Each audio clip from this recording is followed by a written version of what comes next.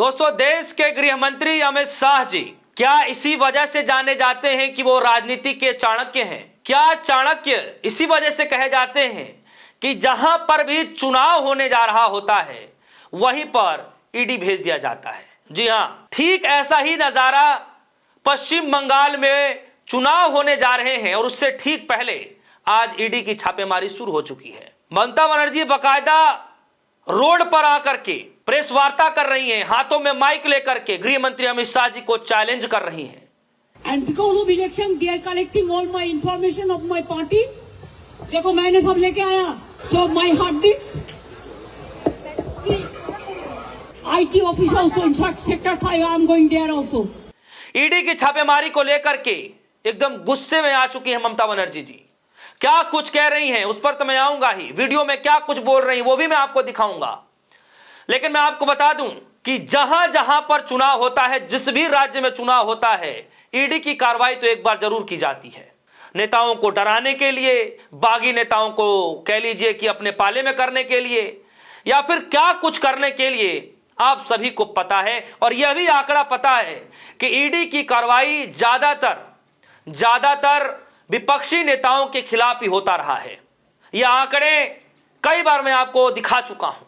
लेकिन आज खबर निकल कर यह आ रही है कि जो टीएमसी के जो आईटी हेड हैं उसमें यह बताया जा रहा है कि टीएमसी के जो आईटी डिपार्टमेंट है वहां पर रेड मारा गया है ईडी की तरफ से। खबर निकल कर आई है, खबर मैं आपको पढ़कर बता दूं।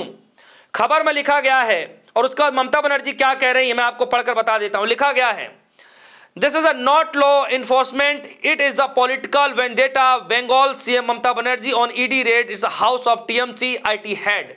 जी हां, आईटी हेड के दफ्तर पर ईडी की रेड पड़ी है और उस रेड को देख करके ममता बनर्जी साफ तौर पर यही कहते नजर आ रही हैं कि ये जो है पॉलिटिकली दबाव डालने के लिए राजनीतिक के तहत यह पूरा रेड मारा जा रहा है।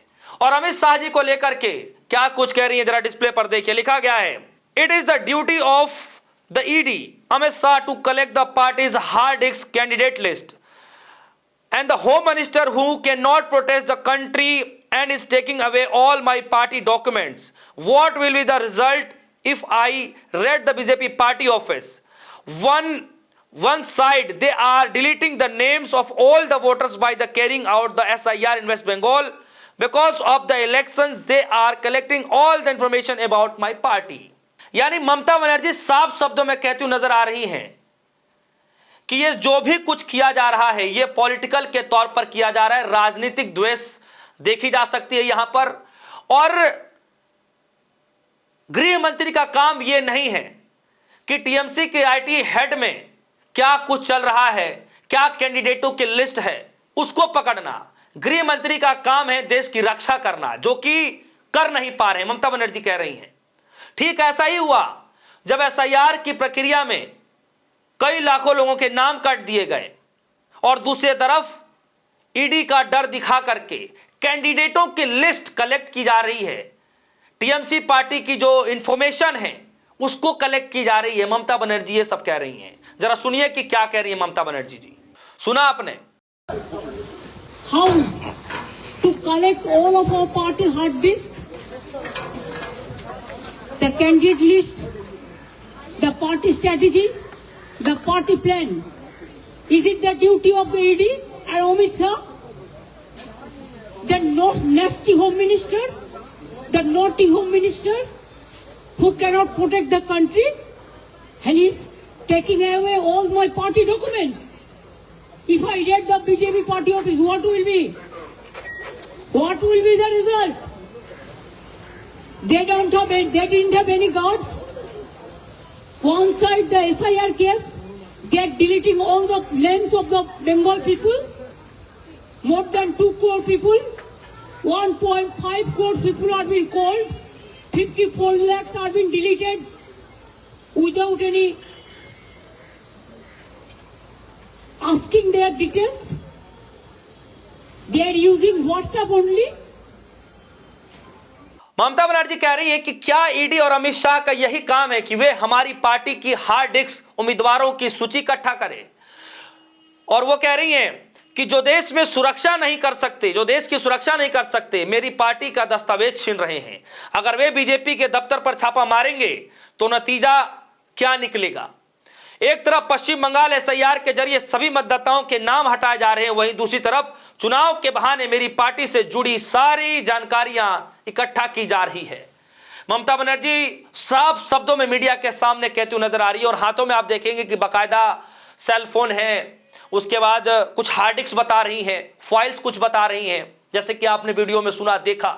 सोचिए ये हालत हो गई है कि जहां चुनाव होता है वहां पर ईडी की कार्रवाई शुरू हो जाती है। जहां एक तरफ राहुल गांधी जी बोलना शुरू करते हैं वहां ईडी की कार्रवाई शुरू हो जाती है। जहां पर राहुल गांधी बड़े बड़े खुलासे करने शुरू कर देते हैं वहां पर तुरंत ही पुराने मामले को लेकर के नई तरीके से एफआईआर दर्ज करा दी जाती है। वो बात अलग है कि मुंह की खानी पड़ती है, लेकिन परेशान किस तरीके से किया जाता है आप इस पूरे सिनेरियो को समझिए। दूसरी वीडियो में ममता बनर्जी क्या कह रही हैं आपके सामने मैं कह देता हूं, पहले इंग्लिश में। What has unfolded is deliberate and politically motivated. This is yet another attempt by the BJP to capture Bengal through unethical means. Unable to fight democratically, the BJP is now using the ED as a weapon, trying to forcefully seize party documents, internal strategy, candidate related details and crucial paper. यानी सब कुछ जो है party की जो जानकारियां हैं, candidate की जो लिस्ट है, कैंडिडेट की जितनी भी जानकारियां हैं, वो सब कुछ जो है निकालने की कोशिश की जा रही है।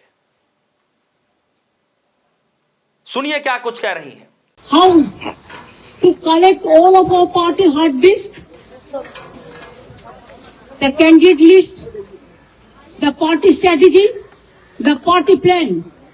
Is it the duty of the ED and Amit Shah, the nasty home minister, the naughty home minister who cannot protect the country, and is taking away all my party documents? If I raid the BJP party office, what will be? What will be the result? They didn't have any guards.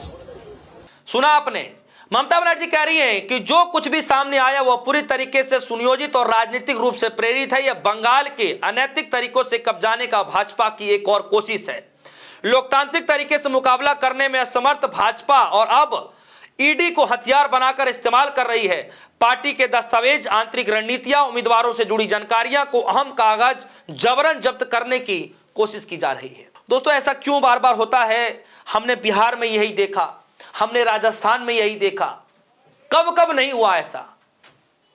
Rajasthan में भी कुछ ऐसे ही नजारा देखने को मिला था चुनाव से ठीक पहले, बिहार के अंदर भी कुछ ऐसे ही नजारा देखने को मिला था चुनाव से ठीक पहले, और आज पश्चिम बंगाल के अंदर देखा जा रहा है कि कुछ ही महीनों के बाद चुनाव होने जा रहा है और चुनाव से ठीक पहले टीएमसी की जो आईटी हेड है वहां पर जो है छापेमारी की जा रही है।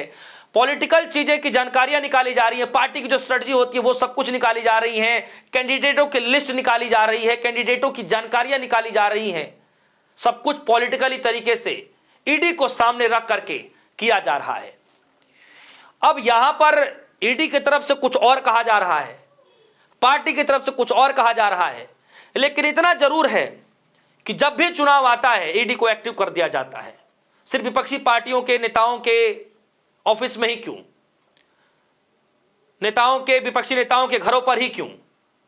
क्या कभी सत्तारूढ़ी पार्टी के अंदर जो नेता है जिनके ऊपर आरोप लगा करते थे, क्या उनके ऊपर भी कभी ईडी का जांच दोबारा से जाएगा क्या?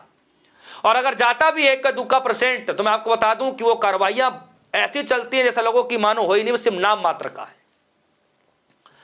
दोस्तों ममता बनर्जी इलेक्शन कमीशन को लेकर के कई बार लेटर लिख चुकी हैं, एसआईआर की प्रक्रिया के खिलाफ लगातार बोलती रही हैं।